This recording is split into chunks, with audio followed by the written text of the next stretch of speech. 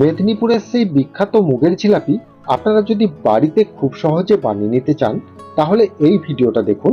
এই ভিডিওতে আমি একদম পরিষ্কারভাবে সঠিক পরিমাপ আর পদ্ধতি সহ পারফেক্টভাবে দেখিয়ে দেব, যাতে আপনাদের বুঝতে আর এই রেসিপিটা তৈরি করতে কোনো রকম কোনো অসুবিধা না হয়।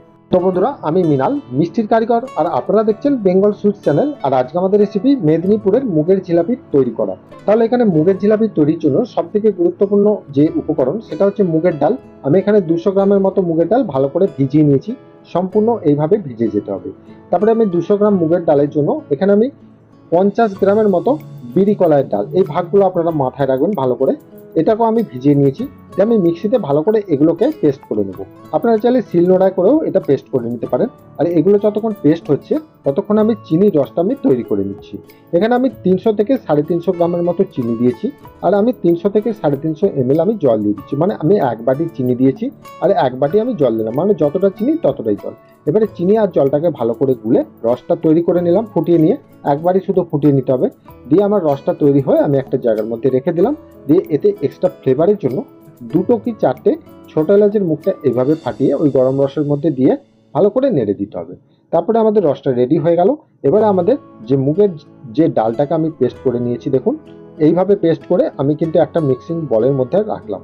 তারপরে এই যে এটা কিন্তু বিরি কলাইয়ের ডাল, আলাদা আলাদাভাবে আমি পেস্ট করে নিয়েছি। দিয়ে এগুলোকে আমি মিনিমাম 10 থেকে 15 মিনিট ফাটাবো। তার মধ্যে আমি দিয়ে দিলাম অল্প পরিমাণে একটু লবণ। এটা কিন্তু অপশনাল, আপনারা দিতেও পারেন নাও পারেন, এতে কোনো অসুবিধা নেই। এবারে এটাকে 10 থেকে 15 মিনিট এইভাবে ফাটাবেন। এতে করে যদি অসুবিধা হয় হাতে করে ফাটাবেন, কারণ এই ফাটটাই কিন্তু আসল। এই ফাটের উপরে নির্ভর করবে আপনার জিলিপিটা কতটা মচমচে আর রসালো হবে। তো বন্ধুরা দেখুন, ফাটানোর পরে একটা চামচে করে নিয়ে এই রকম ঠান্ডা জলের ওপর দেবেন। যদি দেখেন এইভাবে ওই ডোটা যখন ওপর দিকে ভেসে উঠবে বোঁদের মতো, তখনই জানবেন এই ফ্যাটটা সুন্দরভাবে ফাটানো হয়ে গেছে। এটা জলের ওপর ভেসে যাবার পরেও কিন্তু 1 মিনিট এইভাবে একটু ভালো করে ফাটিয়ে নেবেন। আর এটা কতটা পাতলা বা মোটা রাখতে হবে সেটা দেখিয়ে দিচ্ছি। দেখুন, চামচে করে তুলে এইভাবে চামচের গায়ে কত সুন্দরভাবে লেগে একটা গাঢ় গাঢ় হয়ে আছে। এইরকম একটু শক্ত করেই করে নেবেন। খুব বেশি যদি পাতলা মনে হয় মিক্সিতে করে জল দিয়ে তো বাটতে হয়, তাহলে কিন্তু এতে অল্প পরিমাণে একটু বেসন দিয়ে দেবেন, তাহলে কিন্তু এটা শক্ত হয়ে যাবে। তো বন্ধুরা, এবারে আমি একটা নুনের প্যাকেট নিয়েছি। নুনের প্যাকেটটাকে আমি এইভাবে একটা গ্লাসের মধ্যে রেখে মুখটাকে আমি ভালো করে কেটে নিয়েছি একদিকটা। দিয়ে আমি গ্লাসের মধ্যে রেখে এইভাবে ফাঁক করে দিয়েছি। দিয়ে ওতে আমি যে মুগ ডালের যে আমি বেটারটা তৈরি করে রেখেছি, ওতে আমি কিন্তু 2 থেকে 3 চাটু আমি ওতে দিয়ে দেবো। দিয়ে আমি ভালো করে ওটাকে জড়ো করে ভালো করে আমি তুলে নেব। নিয়ে মুখটাকে আমি ভালো করে টিপে ধরবো। টিপে ধরার পর দেখুন, এখানে একটা ছিদ্র করতে হবে। এখানে একটু বড় করে মোটা করেই ছিদ্রটা করতে হবে, কারণ মুগের জিলাপিটা একটু সাধারণত একটু মোটা মোটা হয়, সরু কাঠির হবে না। একটু মোটা হলে খেতে ভালো হয়, রসটাও ভালো ঢোকে। এই রকম ভাবে একটা ফুটো করে নিতে হবে। করে নেওয়ার পর আমি এখানে দেখুন তেলটা বসিয়ে দিচ্ছি। তেলটাকে কিন্তু খুব হাই টেম্পারেচার করবেন না, তেলটাকে সাধারণত একটু নর্মাল টেম্পারেচার রেখে ভাজার চেষ্টা করবেন। দেখুন এখানে খুব লো আছে, এত লোয়ে ছাড়লে হবে না, আর একটু টেম্পারটাকে আমি বাড়িয়ে দিলাম। বাড়িয়ে দিয়ে দেখুন এইভাবে ঘুরিয়ে ঘুরিয়ে আমি কিন্তু একটা জিলিপির মতো তৈরি করছি। মেদিনীপুরের জিলিপিগুলো দেখবেন একটু মোটা মোটা, একটু বড় বড় হয়। তো বন্ধুরা, আমি এখানে ওই রকমভাবে করছি না, কারণ আপনাদের বুঝতে অসুবিধা হবে। সেজন্য আমি আপনারা যাতে বাড়িতে খুব সহজে তৈরি করতে পারেন সেই জন্যই কিন্তু আমি এই পদ্ধতিটা করলাম। না হলে কিন্তু দেখবেন মেদিনীপুরের জিলিপিগুলো সাধারণত নারকেল মালাই করে ভাজা হয়, কারণ নারকেল মালার যে ফুটোটা থাকে খুবই বড় হয়, ওইভাবে আপনারা পারবেন না। সেজন্য আমি কিন্তু নুনের প্যাকেটটা দিয়ে আপনাদেরকে দেখিয়ে দিচ্ছি। তো এইভাবে ভালো করে ভেজে নিতে হবে। গ্যাসের টেম্পারেচারটাকে একদম লো টু মিডিয়াম রাখবেন, খুব বেশি হাই করবেন না।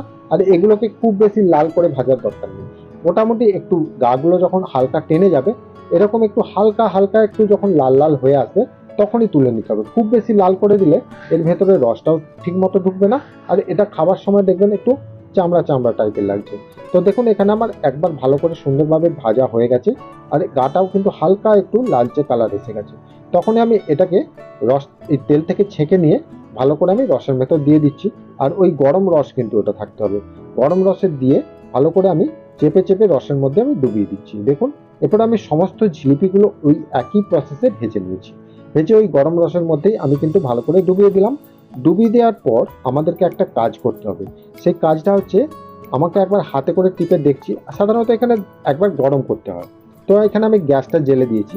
গ্যাসটা জেলে দিয়ে আমি এটাকে একবার হাতে করে টিপে দেখছি, দেখুন একটু শক্ত লাগছে। এত শক্ত হলে মুগের জিলাপি খেতে ভালো লাগবে না। এবারে আমি গ্যাসটা জ্বালিয়ে দিয়ে এটাকে আমি 1 মিনিট একটু ফুটিয়ে নেব। খুব বেশি ফোটানোর দরকার নেই, 1 মিনিটের মতো এইভাবে গ্যাসের টেম্পারেচারটাকে লো টু মিডিয়াম রেখে এভাবে শুধু ফুটিয়ে নেবেন। ফুটিয়ে নিলেই দেখবেন যে এর ভেতরে সুন্দরভাবে রসটা নিয়ে নিয়েছে আর নরম নরম লাগছে। তখনই কিন্তু আমাদের হয়ে যাবে। দেখুন এখানে কত সুন্দরভাবে ফুটছে। এই রকমভাবে ফোটাতে হবে আর উল্টে পাল্টে ভালো করে নেড়ে উল্টে পাল্টে দিতে হবে, কারণ ওপরের দিকটা ঠান্ডা আর নিচের দিকটা গরম হয়ে গেছে। তো বন্ধুরা এইভাবে করে নিয়ে এগুলোকে আমি ঢাকা দিয়ে রেখে দিচ্ছি। ঢাকা দিয়ে রেখে দেওয়ার পর আমি পরের দিন আমি দেখছি, সাধারণত 2-4 ঘন্টা রেখে দিলেই হয়ে যায়।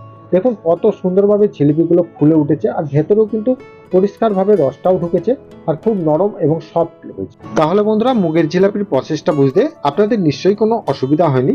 তো বন্ধুরা আজকের রেসিপিটা যদি আপনাদের ভালো লেগে থাকে তাহলে আমাকে প্রত্যেকবারের মতো কমেন্টে জানাতে অবশ্যই ভুলবেন না। ভালো থাকবেন, সুস্থ থাকবেন। দেখা হবে আবার অন্য কোনো মিষ্টি রেসিপি নিয়ে। নমস্কার।